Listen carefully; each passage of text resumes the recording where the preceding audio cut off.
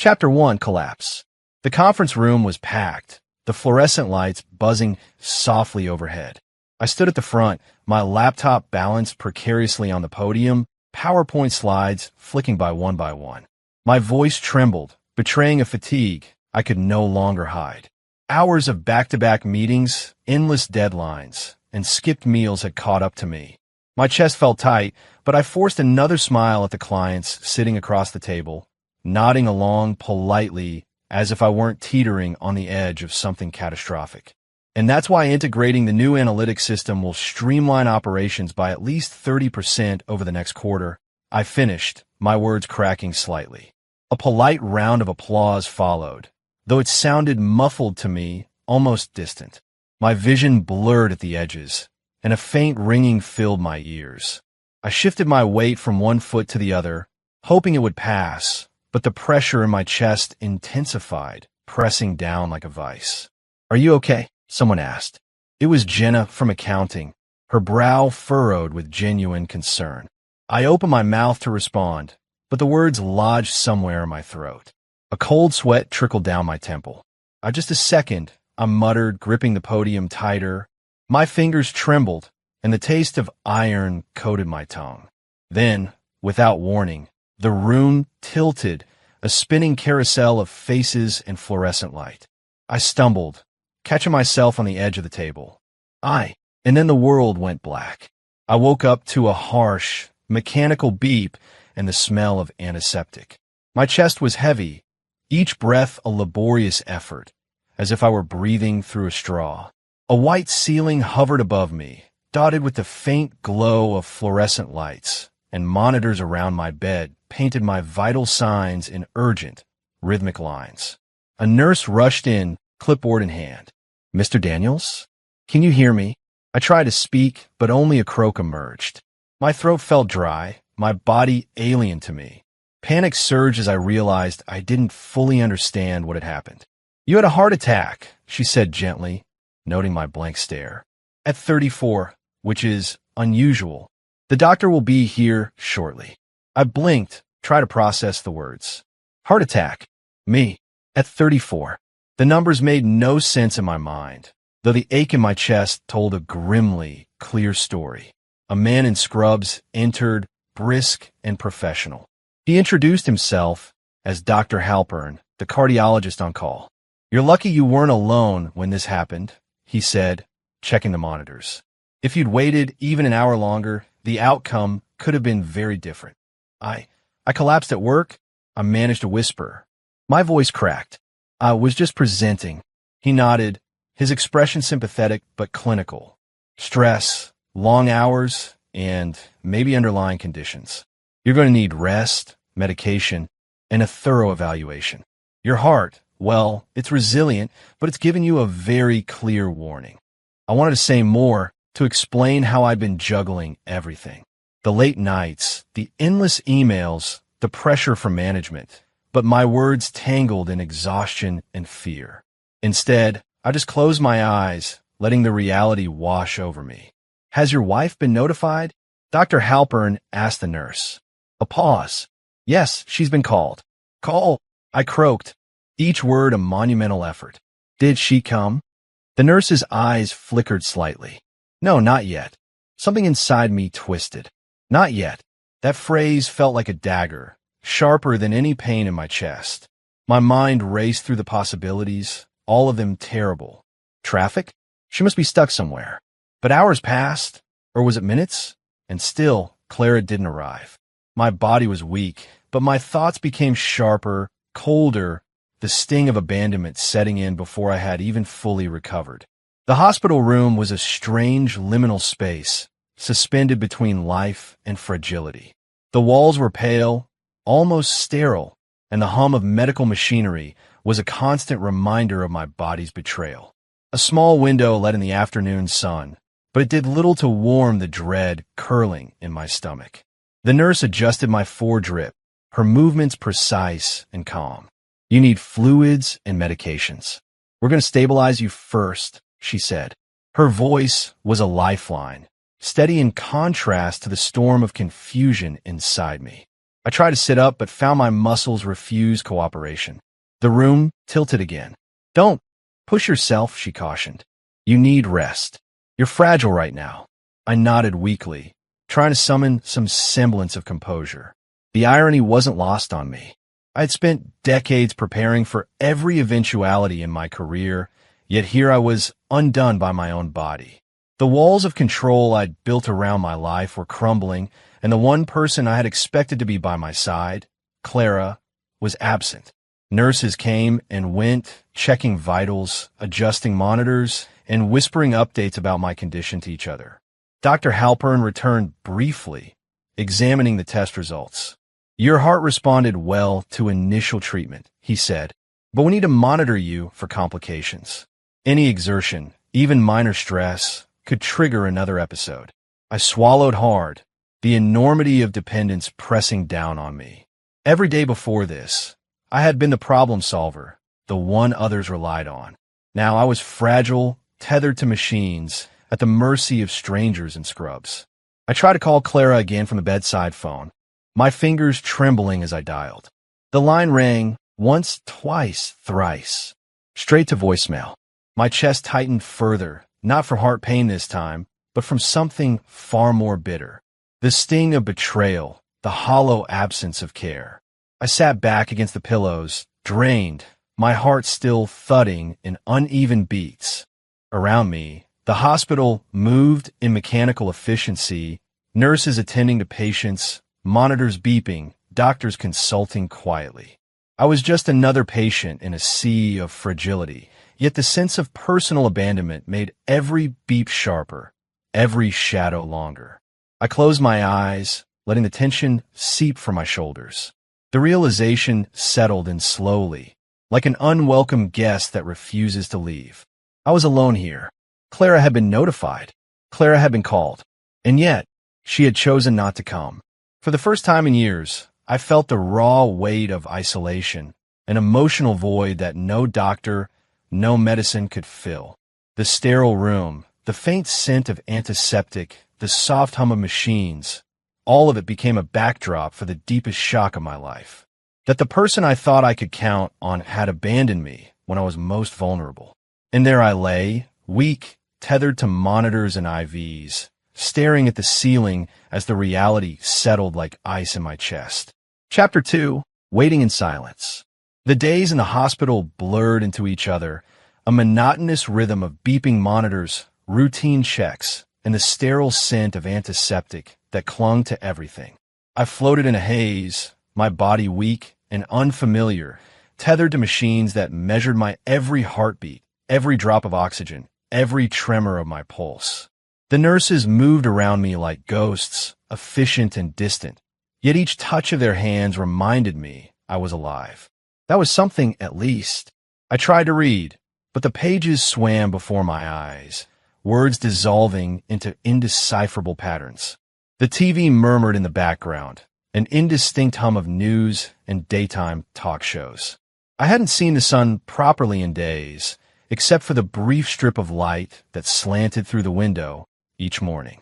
Even that felt foreign, a reminder that the world outside continued while I lay trapped in this quiet, sterile purgatory. Each time the door opened, my heart leapt. Perhaps it would be her this time, Clara, finally arriving with worried eyes, a soft word, a hand pressed to mine. But every time it was someone else. A nurse, a doctor, a technician. They smiled politely, checked my vitals, adjusted my and left. No Clara, no familiar warmth. Just the clinical hum of life-saving machinery. The first morning I realized she hadn't come, I whispered her name from the bed, my voice barely audible. Clara. My throat was raw, dry from the hospital air, and my body shook with a mixture of weakness and rising panic. The nurse, Sarah, glanced at me over her clipboard. She hasn't visited, she said softly, with a hint of apology in her eyes. She hasn't. My chest tightened, not from pain, but from a profound, dizzying disappointment. My heart wasn't just healing from the attack. It was shattering in this slow, insidious way that left me hollow. I'm afraid not, she replied. She's been called, though. The staff notified her. I let out a shaky breath, one hand clutching the thin hospital sheet like it could anchor me. Called. She was called. And she hasn't come. The words tasted bitter. Sarah didn't answer. She simply checked my monitors again and left the room, leaving me staring at the ceiling, my mind spinning. As the hours dragged into another day, I became acutely aware of the emptiness around me. I listened to the faint conversations in the hallway. Doctors consulting, families speaking quietly, phones ringing in distant rooms. Each sound was a reminder that life outside my room continued, moving, breathing, laughing without me. I tried to reach out in other ways. My phone sat on the small table beside the bed. My trembling fingers typed her name countless times, composing messages that always ended unsent. I wanted to say, "I'm scared. Please come." But the weight in my chest and the weariness in my limbs made it impossible to press send. Then, on the third day, or was it the fourth, I noticed the phone buzzing with a notification from a social media app. Weakly, I propped myself up on pillows and squinted at the screen. It was Felicity. A photograph had been posted. A bright, cheerful image of a lakeside picnic. Clara, Felicity, Robert, and several extended family members were in the frame, smiling for the camera, their arms around one another. The sunlight danced on the water behind them, the green of the trees vibrant, almost mocking in its vitality. The caption glared at me, almost personally. Family day without the drama. My stomach dropped. I stared at it, unable to move, unable to blink away the disbelief. The world tilted again, not physically, but emotionally. I had been lying here fighting for life, tethered to machines, barely able to lift my head. And while I hovered between vulnerability and exhaustion, they had decided to celebrate, to enjoy themselves, without even thinking of me. I couldn't speak. My throat tightened, and a wave of nausea rolled through me. The machines beeped steadily, their rhythm now mocking a mechanical pulse in contrast to the emotional chaos inside me. My mind ran through the scene. Them laughing, toasting with soft drinks, taking photos, posting online, all deliberate, all excluding me. The betrayal was suffocating. It wasn't just that they hadn't come. It was the conscious, active choice to leave me out, to ignore my suffering while they went about their lives. Each smile in that photograph was a dagger. Each laugh in the comments a cruel echo. My chest hurt again, this time not from the heart attack, but from the sheer weight of being abandoned by the people I had trusted most. I tried to remember the last time I had felt genuinely included, genuinely cared for by them. But the memories felt distant, like they belonged to someone else, someone naive who had believed in family in the way I once did. Felicity's post was more than just a social media update. It was a declaration, a statement that my life, my suffering, my very existence during those hours had been irrelevant to them. Anger bubbled beneath the surface, but was a weak, exhausted anger, simmering alongside sadness and disbelief. I wanted to scream, to throw the phone across the room, to demand that the world acknowledge the injustice of it. But I had no strength to do anything except stare, my hand trembling as it hovered over the device. A nurse entered mid-afternoon, checking my vitals again. "How are you feeling?" she asked, her voice gentle. "Alone," I whispered, almost without thinking. "Completely alone." She paused, perhaps unsure how to respond. "You're not alone, Mr. Daniels," she said softly. "We're here. The staff, we're here." I nodded weakly, but the words didn't reach the part of me that ached. Presence wasn't just physical. Presence was someone who mattered, someone I had trusted, someone whose absence carved a hollow pit in my chest. Later, I lay back, staring at the ceiling, replaying the image of that picnic in my mind. The colors were almost too vivid, the smiles too perfect. My fingers brushed the phone instinctively, scrolling through the comments, reading the laughter and mockery that surrounded that bright, sunlit day. Felicity had written something else beneath it, something lighthearted and condescending. "Taking time to work on himself. Guess we're on our own adventure today." The words hit harder than any physical blow. They had mocked me while I was fighting for my life. They had celebrated my absence. The contrast between my weakness, my tethered, fragile state, and their carefree laughter was impossible to ignore. The flood of emotions hit me at once. Shock, disbelief, anger, and a deep, raw sadness. It was not just abandonment. It was betrayal, deliberate and cruel. My heart, already weakened, already trembling, ached anew for a reason far beyond the physical. I had been left to fight alone, and they had chosen to ignore it, to mock it, to erase it from their lives. And that realization settled in, cold and unyielding. My family had deliberately excluded me while I was fighting for life. Chapter 3: Hidden Mockery. The hospital room had become a place of quiet dread, a cage of soft beeps and antiseptic smells.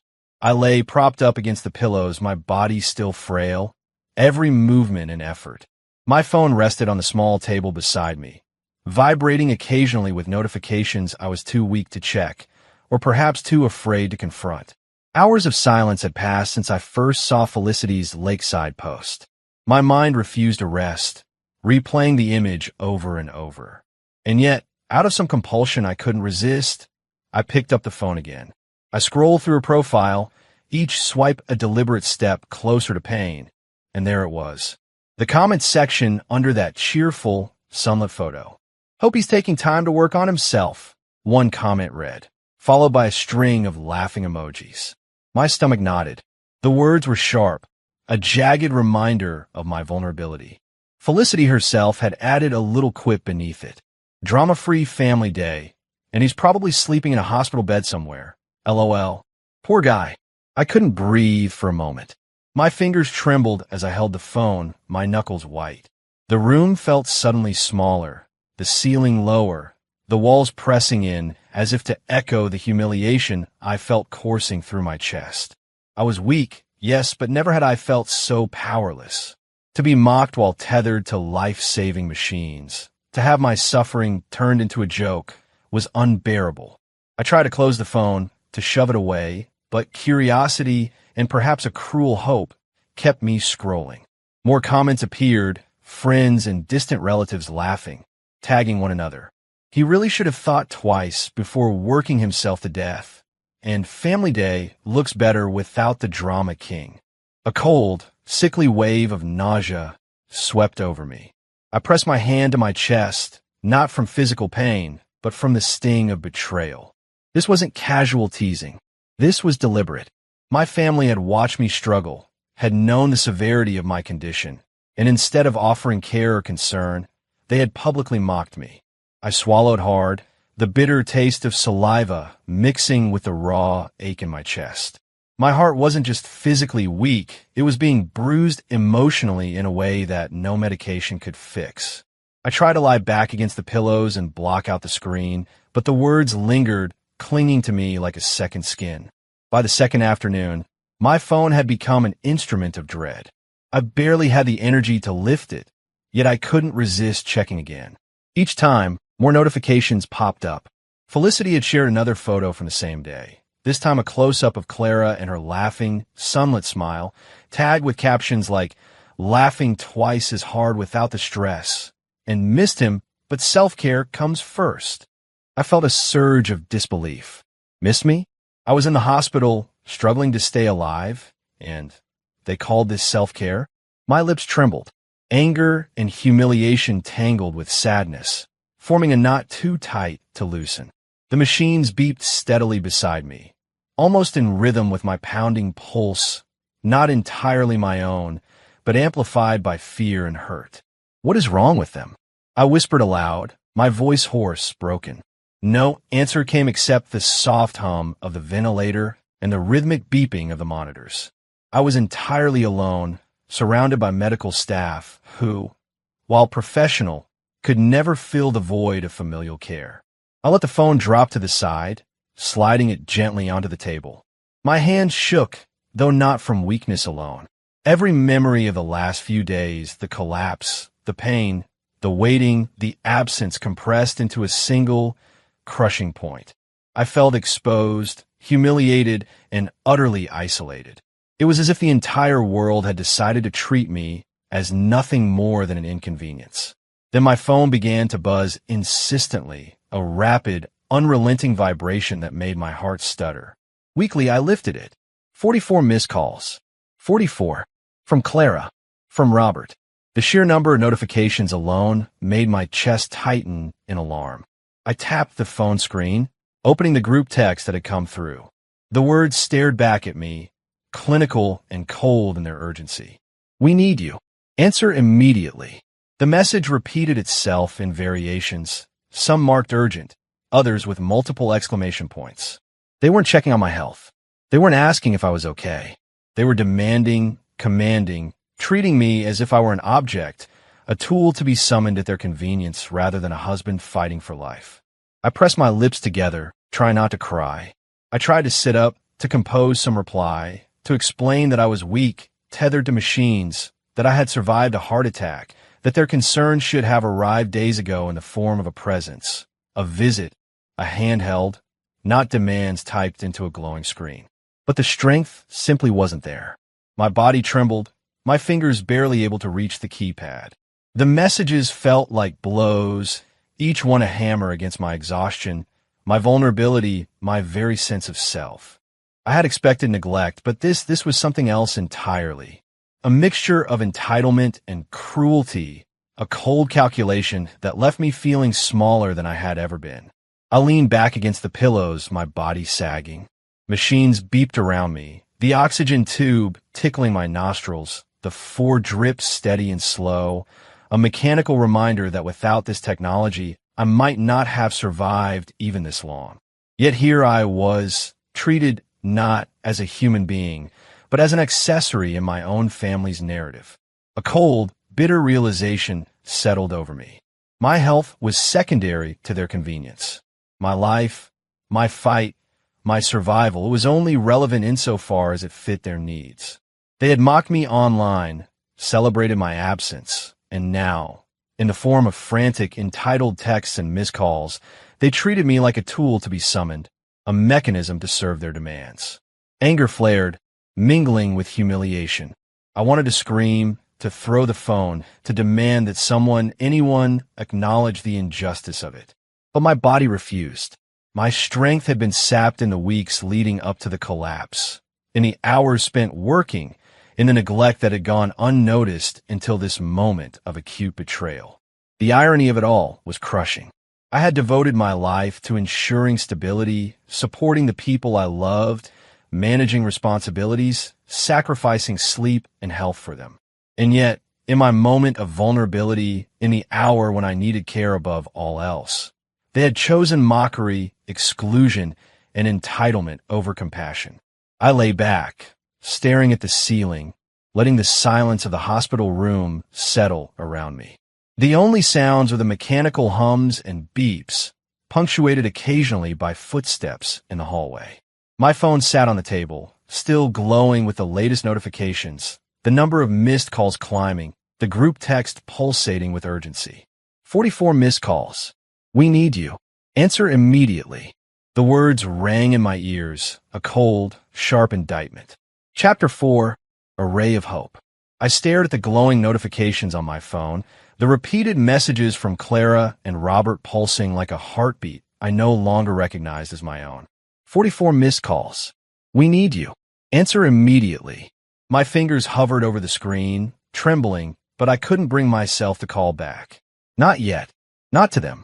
Then, with a surge of desperation and memory, I remembered someone I could rely on, someone who had always been there in small, quiet ways, even when the rest of the world failed. My grandfather, Elias. It had been years since we'd spoken regularly. Life, distance, and a stubborn pride on both sides had created a chasm between us. But he was different from the rest of my family. He had a calm, steady way of seeing the world, a quiet wisdom that never sought attention. I dialed his number with shaky fingers, half expecting it to go to voicemail. Hello. His voice, deep and warm, sounded immediately familiar, a lifeline across the miles. Grandpa, it's me. I whispered, my throat tight with emotion. I need you. There was a pause and then, I'll be there.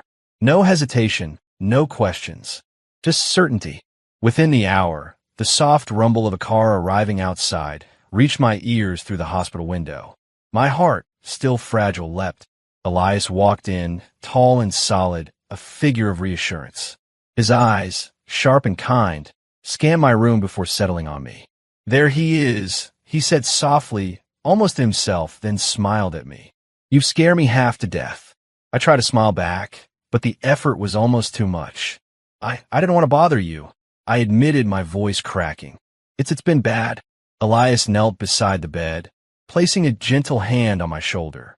"You're not bothering anyone by being alive," he said firmly. "And right now, that's all that matters." The contrast between him and Clara, or the absence of her, was stark. Elias didn't question my weakness, didn't glance at his watch, didn't seem annoyed or impatient. He was present, fully, entirely, in a way I hadn't realized I'd been starving for. We settled into the small, sterile hospital room, the machines humming around us. I tried to explain the last few days, my voice faltering as the weight of isolation, betrayal, and humiliation poured out. Elias listened, nodding occasionally, his hand resting lightly on mine. He didn't interrupt, didn't offer platitudes. He simply listened, as if my words themselves mattered. "You've been through a lot," he said finally, his voice calm but firm. "And anyone who ignores that, well, that's their failing, not yours." I closed my eyes, the tension in my shoulders easing slightly. Memories surfaced unbidden. My grandfather teaching me to ride a bike as a child, steadying me when I wobbled and fell. Him sitting at the kitchen table late at night, helping with school projects, always patient, always present. He had never demanded perfection, never turned his back when things got difficult. And here he was, decades later, offering the same unwavering support. "Grandpa, I feel like I'm completely failing," I admitted, my voice small. "I collapsed. I'm weak. I don't know how to deal with all of this." Elias's hand squeezed mine gently. "You're not failing. You're human. And humans, they get hurt, they get tired, they make mistakes. What matters now is what you do next. And you've already done the hardest thing.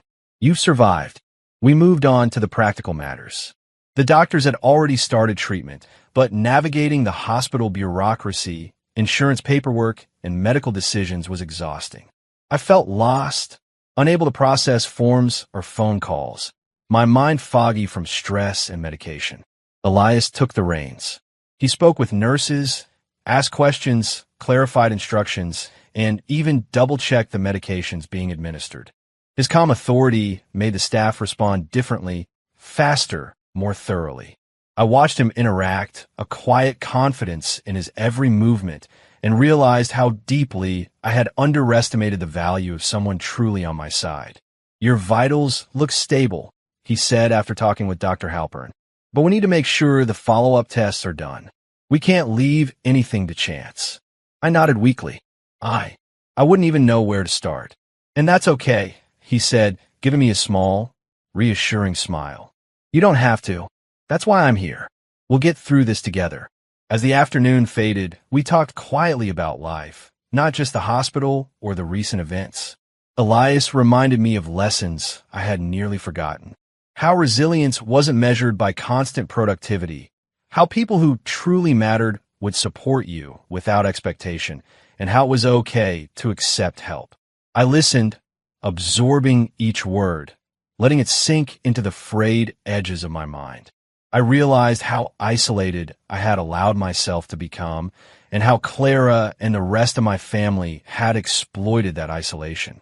Elias wasn't just a visitor. He was a lifeline, a reminder that I wasn't alone, that some bonds were real, unbreakable. "Remember when you were little," he said suddenly, leaning back in his chair, "and you couldn't figure out that math problem? You were frustrated, almost in tears, and I told you. Don't be afraid to ask for help. Even the strongest minds need guidance." I chuckled softly, the first genuine sound in days. "I remember, and I hated it at the time." "You hated it because you wanted to solve everything on your own," Elias said, smiling. "But strength isn't about doing everything alone. It's about knowing when to let someone in. And right now, I'm letting you in. You're not in this by yourself anymore." The words settled over me like a warm blanket. I closed my eyes, feeling a measure of relief I hadn't realized I was missing. In the quiet hospital room, Amidst the beeping monitors and the sterile scent, I felt a connection stronger than any screen notification or empty promise of family concern. This was genuine. This was real. For the first time in days, I felt the tight knot of anxiety and despair loosen, replaced by a fragile, yet undeniable, sense of hope. The presence of Elias reminded me that even in a world filled with neglect and betrayal, there could be allies, people whose care and loyalty were unquestionable. I met his gaze, weak but steady. "Thank you," I whispered. "No thanks needed," he said. "Just rest now. We've got this." And in that moment, I realized something profound. I wasn't alone. Not really. Elias was here. He understood, he cared, and he would help me navigate whatever came next. For the first time since the collapse, I allowed myself to relax, to let someone else take control, to trust.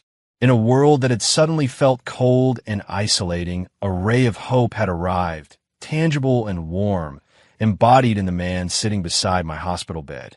Chapter 5: Financial Betrayal. The hospital room was quiet, the steady hum of monitors forming a background rhythm to our work. Elias sat beside me, his laptop open, a notepad sprawled across the small table beside my bed. "We need to look at everything," he said firmly. "Every account, every transaction, every automatic payment. If your family has been taking advantage, we'll find out." I nodded weakly, my chest still tender, my body trembling from fatigue.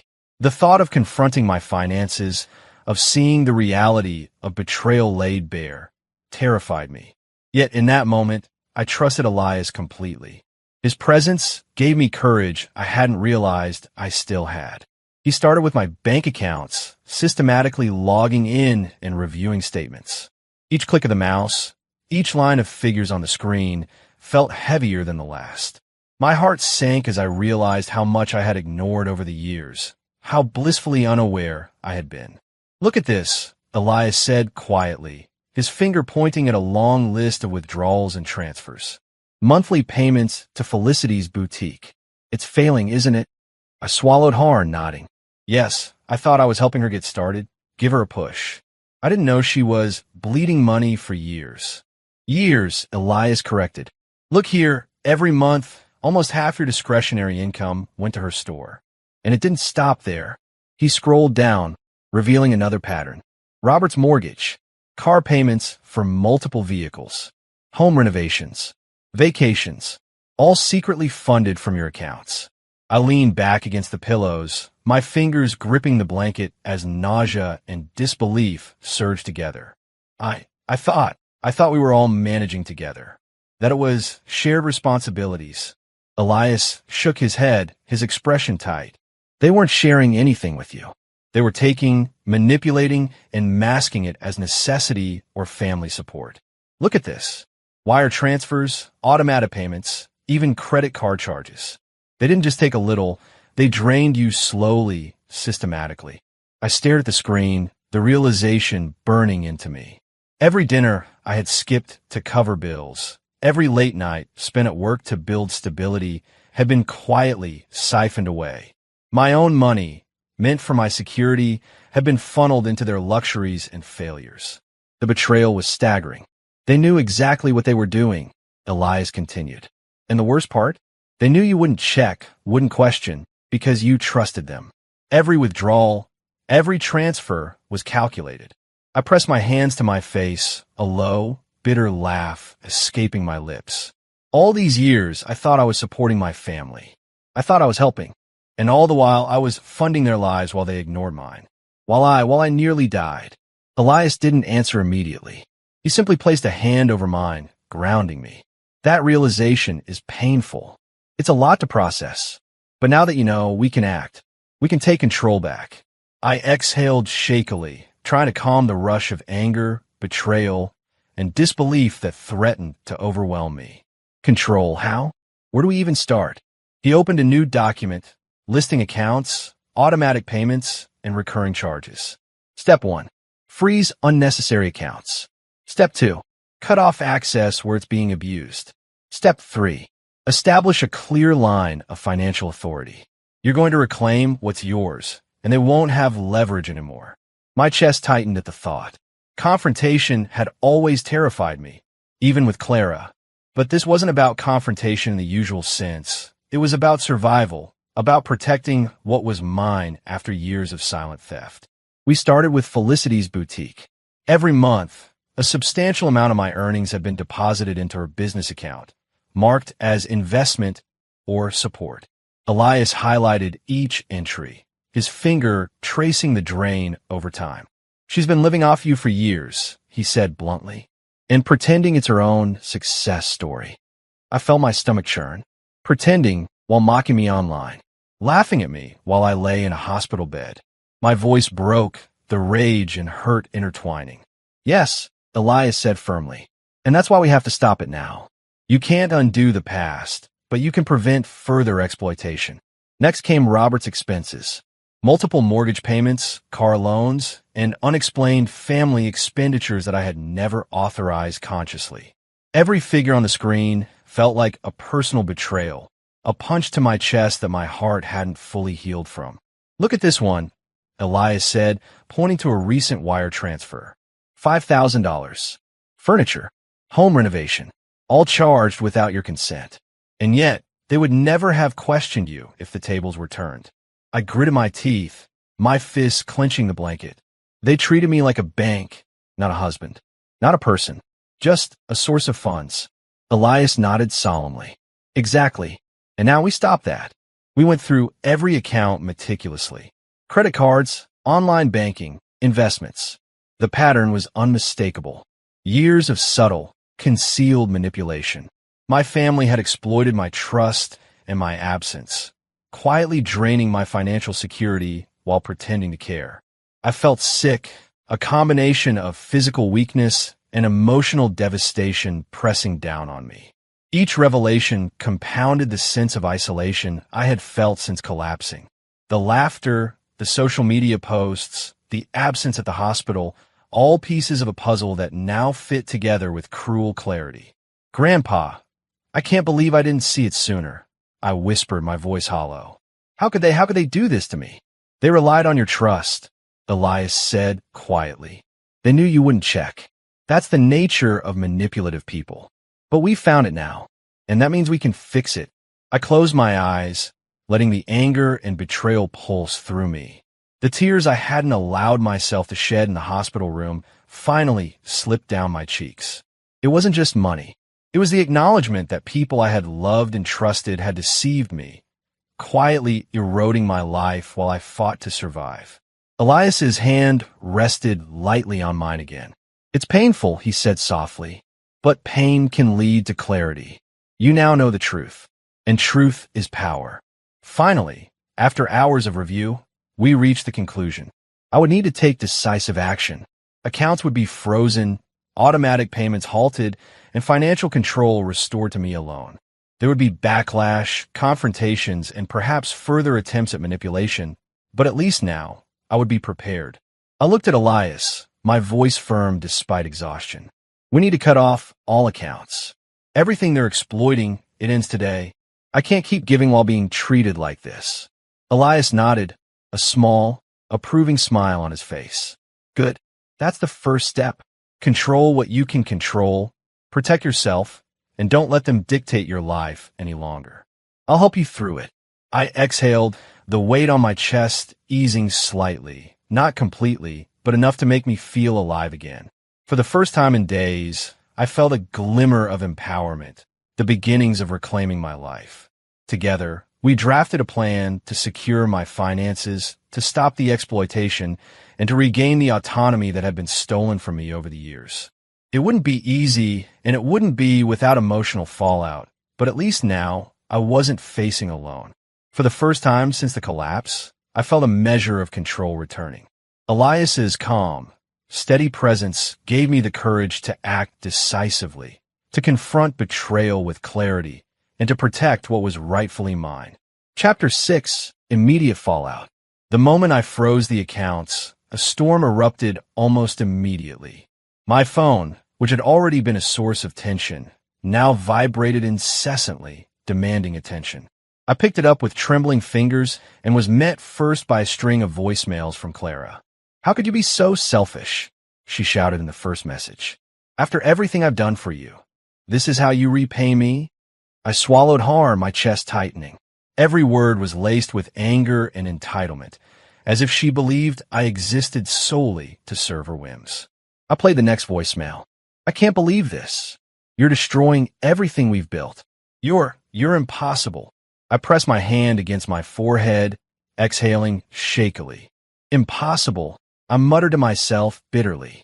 Impossible, after everything you've done to me. I wanted to respond, to explain, to scream at the injustice, but I couldn't.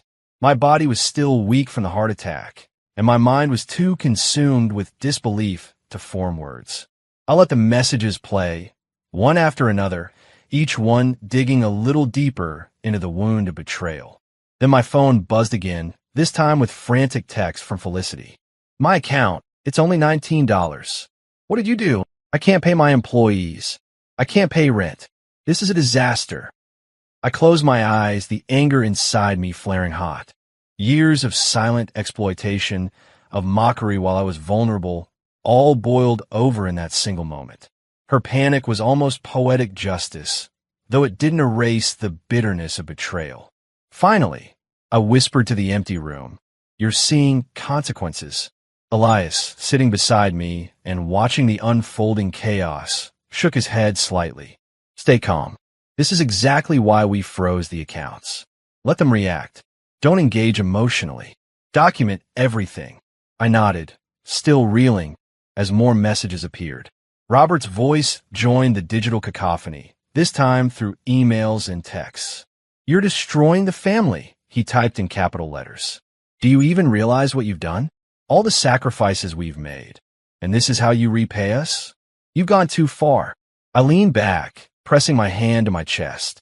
Every word felt like a hammer, but also an affirmation of what I had uncovered. They had depended entirely on my resources, and now that the flow had stopped, they were furious. Elias's calm hand on my shoulder was grounding. "We knew this would happen," he said quietly. "This is the first wave. They'll try to guilt, intimidate, and manipulate. Don't let it get to you." The next day brought another revelation. I received a call from my bank's fraud department. Felicity had attempted to make multiple unauthorized withdrawals after discovering her balance had dropped. Robert had called demanding immediate reinstatement of all accounts, threatening legal action. "They've realized you mean business," Elias said as he helped me go through the call records. "Good. Let them see there are boundaries now." Social media, of course, became the next battlefield. Posts and stories portrayed me as the villain. The uncaring husband, the selfish son, the unreasonable provider who had suddenly turned his back on family obligations. Meanwhile, Clara and Felicity painted themselves as victims, their words carefully curated to elicit sympathy from friends and acquaintances. But the truth remained buried in the data Elias and I had compiled. Screenshots, bank statements, and transaction histories revealed a different story, a story of exploitation, financial manipulation, and years of betrayal. It wasn't just about money anymore. The fallout quickly moved into legal territory. I discovered a court filing. Clara and Robert had attempted to declare me legally incompetent, citing irrational behavior in cutting off the family accounts. They requested an emergency guardianship, claiming I was incapable of managing my finances or making rational decisions. My stomach twisted as I read the documents. The audacity was staggering. My own family, after years of quietly siphoning my funds and mocking me online, now claimed I was unfit to manage my own life. Elias leaned over my shoulder, reviewing the papers with a discerning eye. "It's a common tactic," he said. "They're trying to regain control, to pressure you into reversing the account freezes. But we have evidence, emails, screenshots, bank records. This is more than enough to defend against their claims." I swallowed hard, a mix of anger and disbelief coursing through me. "They're trying to rewrite reality," I muttered, "to make me the bad guy after everything they've done." "Yes," Elias confirmed. "And that's why we document everything. Every message, every transaction. We'll build a clear timeline showing the exploitation, the mockery, and their attempts at manipulation. We're not just fighting for finances, we're fighting for the truth." The weight of betrayal pressed down on me. But for the first time, I felt a flicker of clarity and strategy amidst the chaos. Elias's calm presence, his methodical approach to untangling the web of lies and deceit, gave me something I hadn't had in weeks. Control. We'll respond carefully, he said, pulling out a legal pad and jotting notes. Every voicemail, every panicked message, every post online, we log it. Every interaction counts. This is how we prove intent, manipulation, and abuse. I nodded, my hands trembling slightly as I glanced at my phone. Clara's angry voicemails still played in my mind, Felicity's panicked texts flashing across the screen, and Robert's accusatory messages scowling from the email inbox. But Elias's words steadied me. We had a plan, evidence, a strategy. Their tantrums won't undo the work we've done, Elias continued. But we need to be meticulous. One misstep, and they could try to twist the narrative. Every email we save, every screenshot we capture, it all counts. And with this, we'll have a strong defense against any legal maneuvering. I exhaled slowly, letting the tension ebb slightly. The storm of anger, humiliation, and betrayal was still present, but it was no longer overwhelming. There was structure to our response, a clear path forward. I wasn't defenseless, not anymore. As the day wore on, I began to respond cautiously to the situation, not emotionally, but strategically. Every phone call was documented, every text archived. I refrained from replying impulsively, following Elias's guidance, letting the family's reactions unfold while we prepared the evidence to counteract them. It was a delicate balance. The personal betrayal was raw, the humiliation from their social media posts still stinging, yet I had to focus on the practical measures. The more I listened to Elias, the more I realized how critical his support had become. He wasn't just a witness or a helper, he was a strategist, a protector, someone who understood not only the emotional stakes, but the legal and practical ones as well. Grandpa, I said quietly as we reviewed another set of emails, I don't think I could handle this alone. Not the betrayal, not the manipulation, not the threats. You won't have to, Elias replied, his hand brushing mine. I'll be with you through every step. We'll document, respond, and protect what's yours. You're not alone in this, not for a single moment. His calm voice, so full of certainty, grounded me. Amid the chaos of angry voicemails, panicked texts, and legal threats, a small sense of stability emerged. For the first time since the collapse, I felt that I wasn't merely a passive victim of circumstance. I could act, I could respond, and I could reclaim control over my life. The immediate fallout was brutal, messy, and emotionally draining. Clara screamed at me through voicemails. Felicity panicked over her vanishing funds. Robert accused me of destroying the family. And online, they played victims while the house of cards they had built began to wobble. They had lost their material comforts, but the facade of sympathy and righteousness was all they clung to. And yet, amid the chaos, there was a plan, there was evidence, and there was Elias. Together, we were documenting, organizing, and preparing to fight back, legally, strategically, and undeniably. It would be a long, messy process, but for the first time since the collapse, I felt capable of facing it. I wasn't alone. I had an ally, and with Elias guiding me, I could finally begin to push back. Chapter 7, Social Media Smear. The notifications started slowly at first. A single alert, a muted vibration on my phone, which I had grown accustomed to ignoring. But within hours, the pace became overwhelming. Tweets, posts, Instagram stories, TikTok videos, even private messages forwarded to mutual friends. Clara and Felicity had launched a coordinated social media campaign painting me as unstable, erratic, and unfit to manage my own life. The narrative they spun was meticulous. Clara appeared in short, carefully crafted videos.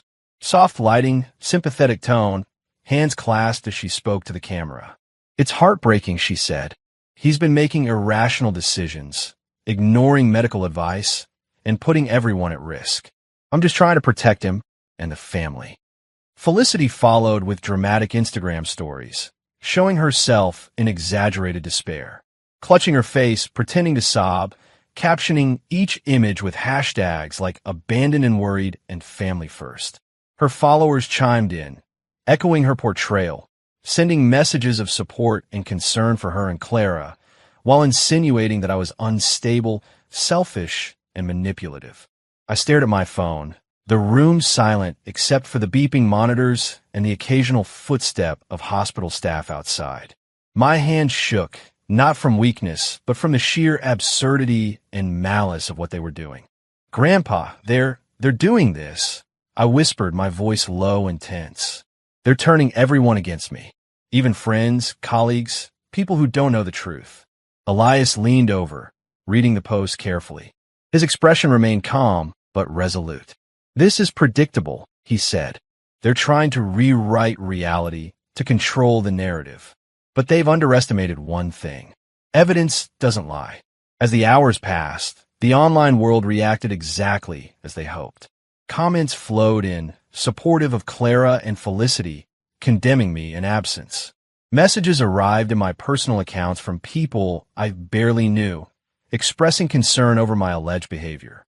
"I can't believe he would do this to his own family. Hope he gets help soon. He seems really unstable. You should be careful." I felt a cold, hollow sensation in my chest. Years of trust and loyalty reduced to pixels and captions. My life reduced to a caricature curated by people I had called family. But Elias's calm presence grounded me. "We fight perception with proof," he said firmly. "We've documented their behavior for months, social media posts, bank statements, voicemails, emails. The truth is on our side. Their attempts to smear you will crumble if we show it systematically." I nodded, swallowing hard. It hurts seeing them lie so blatantly. So many people believe them without question. "People believe what's convenient to believe," Elias said. "But the ones who care about facts, the ones who matter, will see the truth. We just need to be patient, methodical, and ready with evidence." The turning point came when we unearthed the screenshots of Felicity's drama-free family day. The cheerful photos, taken weeks earlier, were now starkly contradictory to her ongoing portrayal of victimhood online. She had laughed, smiled, and posed for the camera while I lay in a hospital bed, weak and vulnerable, tethered to machines. I stared at the images, my stomach tightening. This proves everything," I said softly. She mocked me while I was fighting for my life. Elias nodded. "Exactly. This is the hypocrisy we need to highlight. We don't attack people personally. We present facts, contradictions, timelines. It's irrefutable." We compiled the screenshots, timestamps, and corresponding social media posts into a cohesive timeline. Each image and caption was cross-referenced with bank records, voicemails, and hospital admissions. It was meticulous work, but necessary. The truth was sharp, and now it could be wielded effectively. The next day, the narrative began to shift. Evidence went out strategically, first to close friends and colleagues, then to social media followers through verified accounts. Screenshots, posts, and timelines exposed the stark contrast. Felicity's laughter on drama-free family day versus her tearful, performative posts portraying me as unstable. Clara's carefully edited videos versus the reality of her absence at my bedside. Responses were immediate. Followers who had unquestioningly believed Clara and Felicity began to doubt. "Wait, didn't she post that picture while he was in hospital?" one wrote. "These timelines don't add up. Something feels off." Another commented, "I've been supporting her, but now it looks like she was lying. This is messed up." Even sponsors and brand partners began to notice. Felicity, who had leveraged her social media presence for influencer deals, started receiving messages of concern. Contracts were paused, partnerships reconsidered, and eventually, several brands withdrew entirely after confirming the timeline and evidence. Clara, meanwhile, faced professional consequences. Her employer, having reviewed the evidence of her misleading public statements and manipulations, suspended her pending an internal review. The narrative she had tried to craft collapsed under scrutiny, replaced with the inconvenient truth of her absence during my hospitalization and her family's exploitation of my finances. I sat back in a hospital bed, exhausted, watching the tide of public opinion shift. It was not an instantaneous victory. Social media moved slowly, but the facts were clear. Evidence, careful documentation, and patience began to counter the false narrative. Elias placed a hand on my shoulder. See, truth has power. Lies can dominate momentarily, but facts endure. People who matter will recognize them. I nodded slowly, feeling a mix of relief and lingering anger. The betrayal, mockery, and attempts at manipulation had left deep scars, but the unfolding reversal offered a measure of justice. Clara and Felicity had gambled on perception, but in the end, reality was stronger. Throughout the day, I followed the unfolding developments. The comments shifted from anger directed at me to skepticism about Clara and Felicity's claims. Screenshots of their hypocrisy circulated, fact-checked, and shared widely. The public narrative began to realign with reality. I had been abandoned, mocked, and financially exploited, and my family's attempts to portray themselves as victims were unraveling. Sponsors continued to drop Felicity, citing her misleading posts and lack of credibility. Clara faced suspension at work and growing professional scrutiny. For the first time in weeks, I allowed myself a tentative sense of vindication. It was not triumph over pain. Nothing could undo the emotional trauma, but it was validation.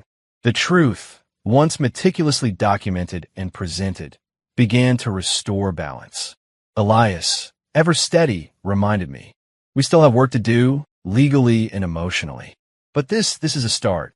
It shows that even when manipulated, even when betrayed, truth can fight back. I exhaled, a slow, shaky breath, letting the tension ease slightly. The monitors beeped steadily beside me, a comforting rhythm amid the chaos of collapsing narratives. For the first time since my collapse, I felt a fragile sense of control returning, a reassurance that careful, evidence-based action could counter the most vicious manipulations. Public opinion, once swayed by Clara and Felicity's deceit, began to shift. The facade they had built crumbled under scrutiny, and the consequences, both social and professional, started to manifest. Sponsors dropped Felicity. Clara faced suspension. And for the first time in weeks, I allowed myself to feel that the tide was turning. Chapter 8, Last Manipulations.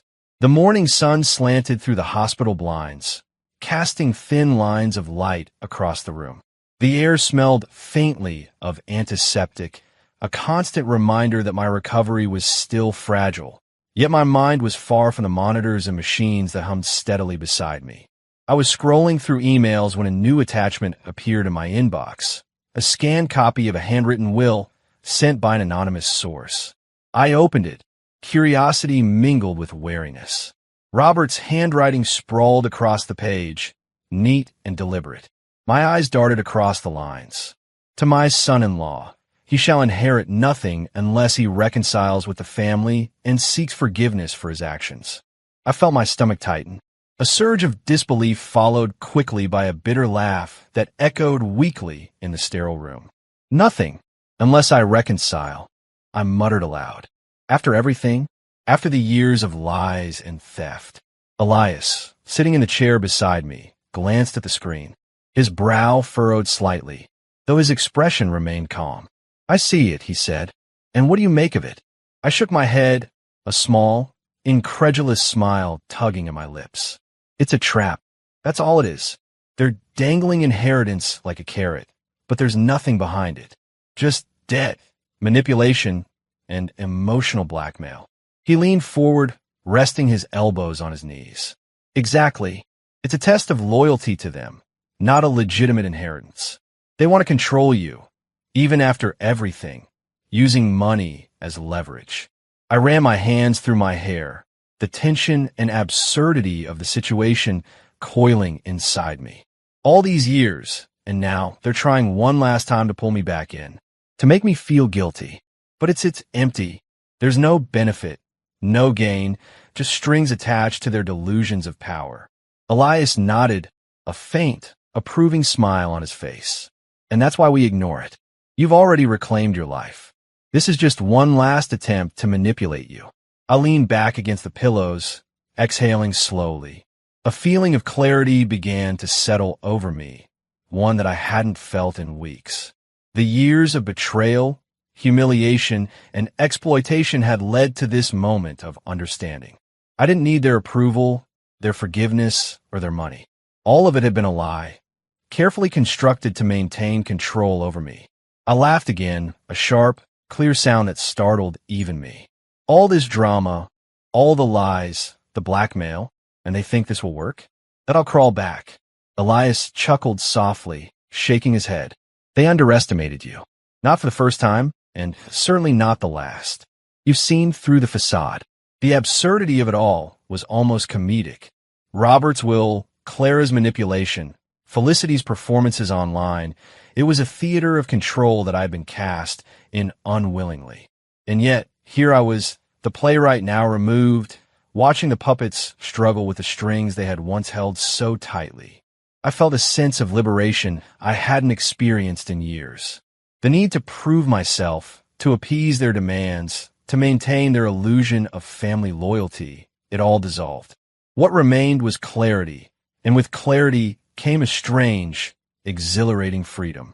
Elias watched me carefully, his eyes reflecting understanding. So, what do you want to do? I looked at him, a firm resolve in my gaze. I want nothing from them. No inheritance, no approval, no reconciliation. Their attempt to manipulate me ends here. Permanently. He nodded. Then let's make it official. A clean break. Legal boundaries, no contact measures, and your peace preserved. I felt a surge of relief at the thought. The very idea of cutting ties, once frightening and guilt-ridden, now felt empowering. It was the ultimate act of self-preservation. I was no longer a victim of circumstance or manipulation. I had the authority to define my own life, free from their control. Elias guided me through the process.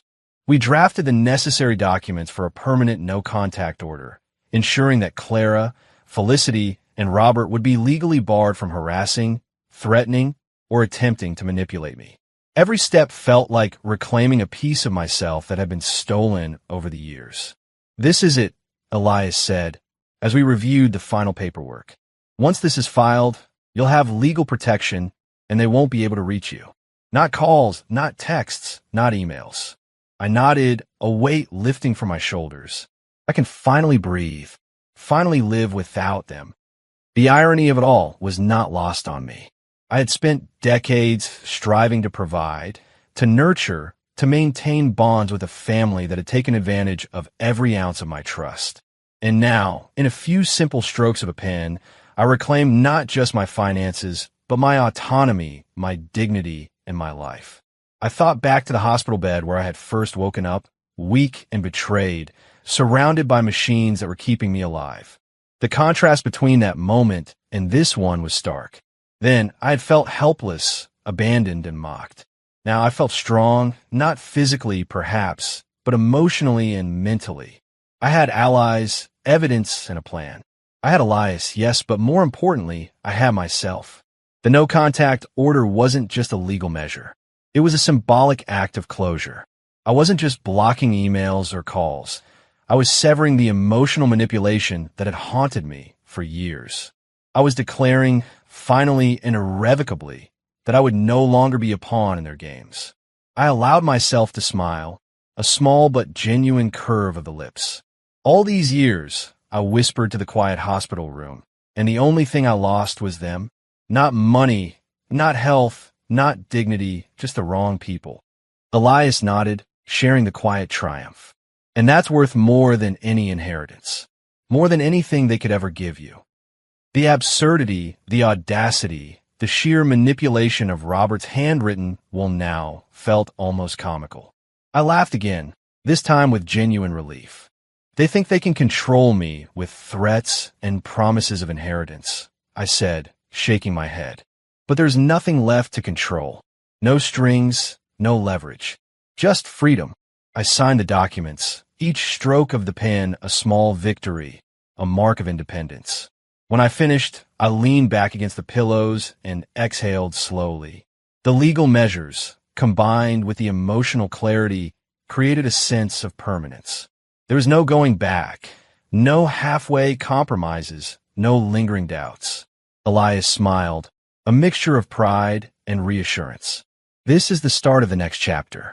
You've survived betrayal, exploitation, and manipulation. Now, you live on your own terms.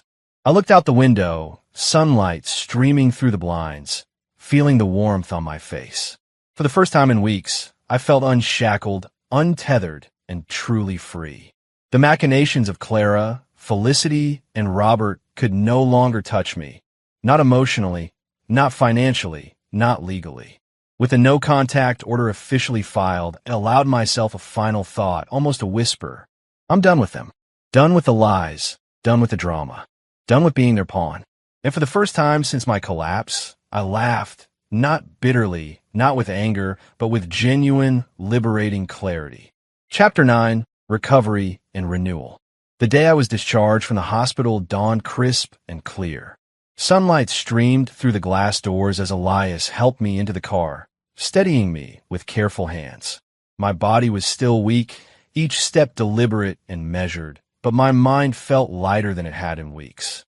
For the first time since the collapse, I felt a sense of direction, not chaos, not manipulation, not betrayal, but clarity. Are you sure you're ready for this? Elias asked gently as we drove through winding roads, the city fading behind us. It's a long ride to the cabin, and your body still needs rest.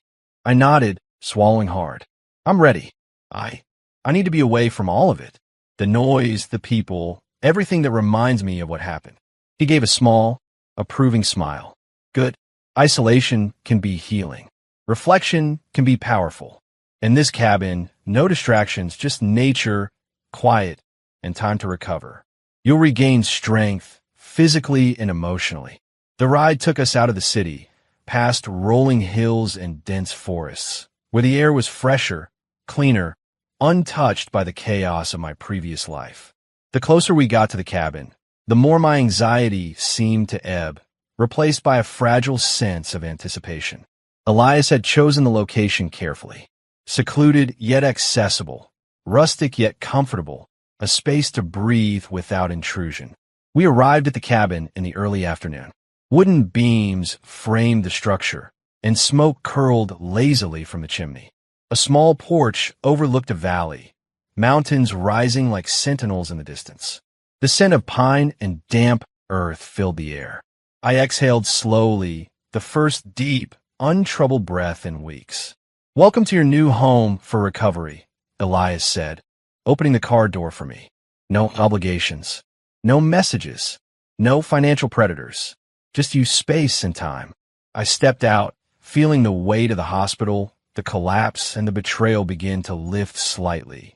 For the first time in weeks, I allowed myself to smile, not a wary, tentative smile, but one that reached my eyes. The days at the cabin were slow, deliberate, and structured by Elias to aid both physical and emotional recovery. Morning routines involved stretching exercises, light walks along forest trails, and deep breathing sessions overlooking the mountains. The crisp air invigorated my lungs, and each step, though small at first, reminded me of my body's resilience. Take it slow, Elias advised on the first morning, holding a yoga mat as I hesitated. Your heart still needs time to adjust. Small victories now will compound over weeks.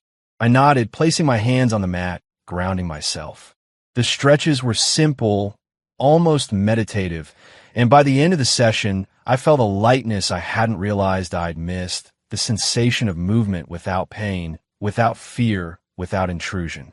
Meals were prepared simply but nutritiously.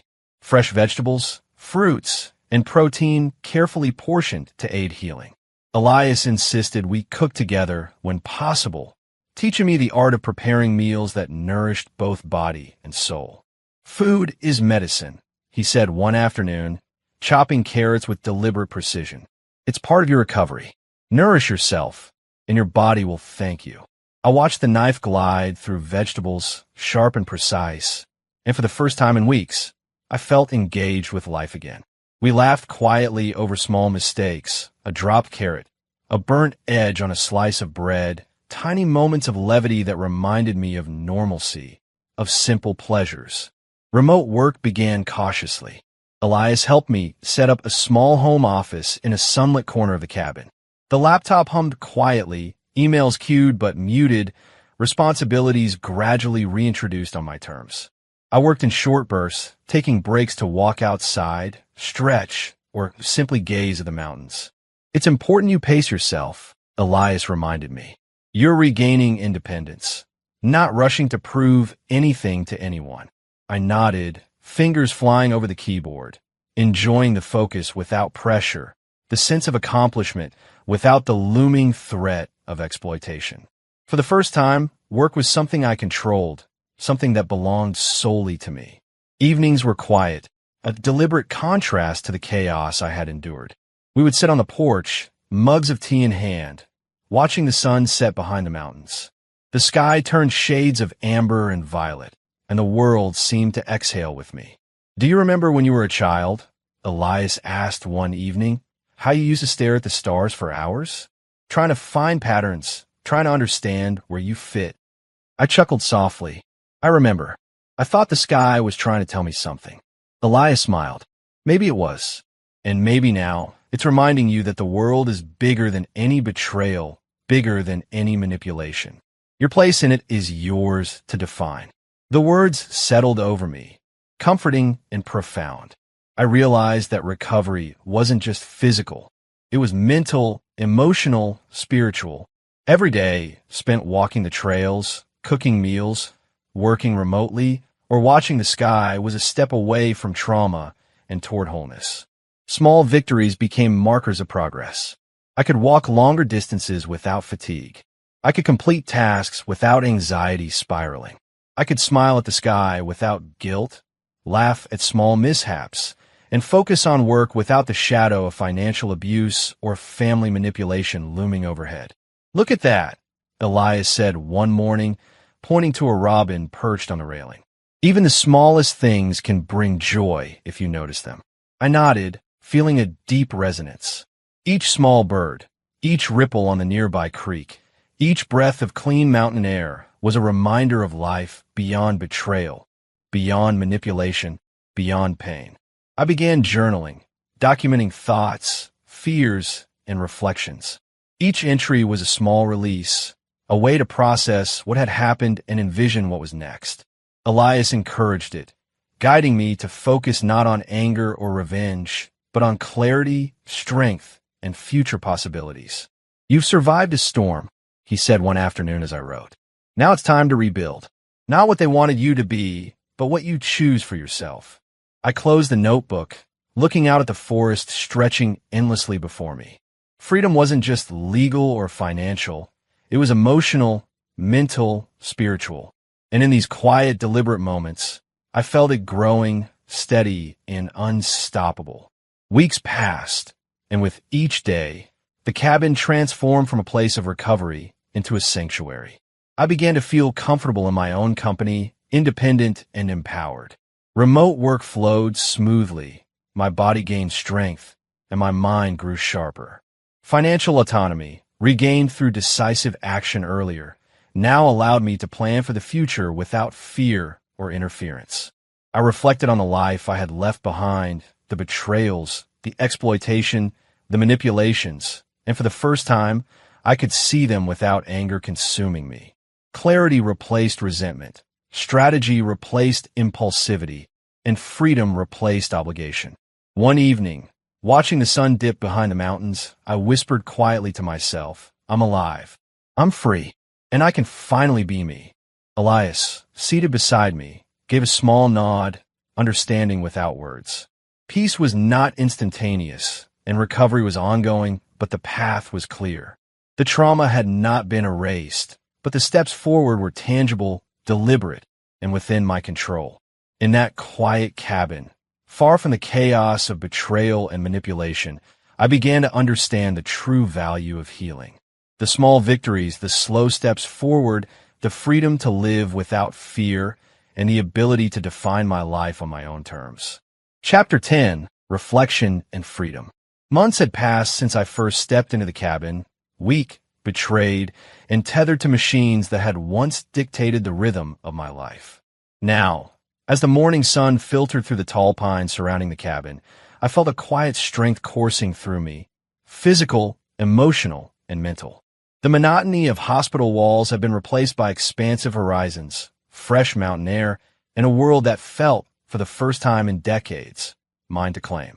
I sat on the porch, a steaming mug of tea warming my hands, watching mist curl across the valley below. The mountains were still, ancient, and imposing, yet strangely comforting.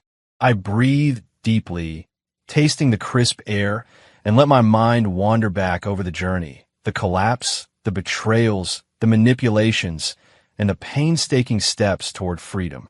Elias, ever my anchor, joined me with a small smile and a thermos of coffee. He sat beside me, the aroma mingling with the tea. "Morning," he said softly. "Looks like another perfect day." I smiled faintly, watching a hawk circle above the distant peaks. "It is," I murmured, "peaceful and quiet, the kind of quiet that heals." Elias nodded knowingly. "You've come a long way, from a hospital bed to this serenity. How are you feeling today?" I set down my mug, letting the warmth seep into my hands. Stronger, clearer, free, in a way I never imagined I could be. I still carry the scars, the anger, the betrayal, but it doesn't control me anymore. He leaned back in his chair, eyes thoughtful. Freedom doesn't erase pain. It simply allows you to live despite it. You've learned that, haven't you? I nodded, letting out a slow exhale. I've learned that the things I thought I lost weren't losses at all. What I lost were toxic people pretending to be family. What I gained is clarity, peace, and a life I can truly call mine. The cabin had become more than a place of recovery. It had become a sanctuary of reflection. Every morning, I walked the forest trails, observing birds, streams, and the subtle rhythms of nature. The physical act of walking, the deliberate pacing, and the meditative quiet allowed thoughts to surface naturally. I contemplated the cascade of events that had brought me here. The collapse at work, the betrayal of Clara and her family, the financial exploitation, and the long nights of solitude and worry. Yet with each reflection came a new understanding. I had been through manipulation and loss, yes, but also through growth and awakening. The world that had once felt dangerous and hostile now seemed manageable, even inviting. Each decision I had made to reclaim control, cutting off accounts, documenting abuses, building evidence, had led me here to a place of safety, autonomy, and resilience. One afternoon, while journaling on the porch, Elias joined me quietly, a notebook in his hand. "Writing helps," he said. "Capture everything, feelings, victories, lessons. One day you'll look back and realize how far you've come." I glanced up, smiling. I do feel that already. The past months, they've taught me more than years of ordinary life ever could.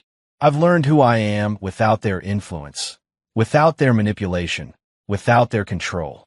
I'm someone capable of peace, resilience, and even joy. Elias nodded approvingly. And that's wisdom. Hard-earned, but invaluable. Remote work had become a source of empowerment rather than obligation. I was no longer tethered to the whims of family, no longer forced into decisions that served others at my expense. Each project completed brought a quiet satisfaction, a reminder that my efforts now benefited me, and that autonomy had its own rewards. One morning, while video conferencing with a client, I laughed freely at a technical glitch that used to send my stress level skyrocketing. "Sorry about that," I said, smiling. "Looks like technology is testing my patience today, not my health." The client chuckled. "No worries. You're handling this beautifully." I realized as the screen dimmed and the call ended that I was managing stress with a composure that would have been impossible months ago. I had not just survived betrayal and manipulation. I had integrated the lessons, grown stronger, and cultivated resilience. Evenings were spent in quiet reflection, sometimes with Elias, sometimes alone. I would watch the sun dip below the peaks, casting golden hues across the valley. Occasionally, I would recall the chaos of Clara and Felicity's social media smear campaign, the desperate messages from Robert, the attempts at financial blackmail, and I would allow myself a small, almost private laugh. Funny, isn't it? I said aloud one evening, talking more to the mountains than anyone else. All that effort to control me, and it changed nothing. I'm still here. I'm stronger, and they've lost me. Elias, sitting beside me on the wooden porch, smiled. And that's all they ever lost, the ability to influence your life. That's power you've reclaimed. That's freedom. I looked over the railing, watching the river wind through the valley below. The current was steady, unyielding, yet serene. I understand now, I murmured. Freedom isn't about what others can give you or take from you. It's about what you can claim for yourself, your peace, your choices, your life. The small victories became daily affirmations. I could rise with the sun without dread, prepare meals without guilt, engage in work without fear, and navigate each day without manipulation lurking in the background. Each bird call, each ripple in the creek, each breeze through the pine trees was a reminder of the life I had reclaimed. I began meditating regularly, focusing on breath, presence, and gratitude. The clarity of thought that followed was unlike anything I had experienced before. I could examine emotions without being consumed, reflect on events without reliving trauma, and plan for the future without fear or hesitation. Your resilience is remarkable, Elias said one morning, handing me a steaming cup of herbal tea. Not everyone can survive what you did and emerge so balanced. You've turned adversity into wisdom. I accepted the cup, warmth seeping into my hands. It took months to see it this way, I admitted. But now I feel grounded. I feel safe. I feel like myself. Some days, I still thought of Clara, Felicity, and Robert, not with longing or guilt, but as lessons etched into memory.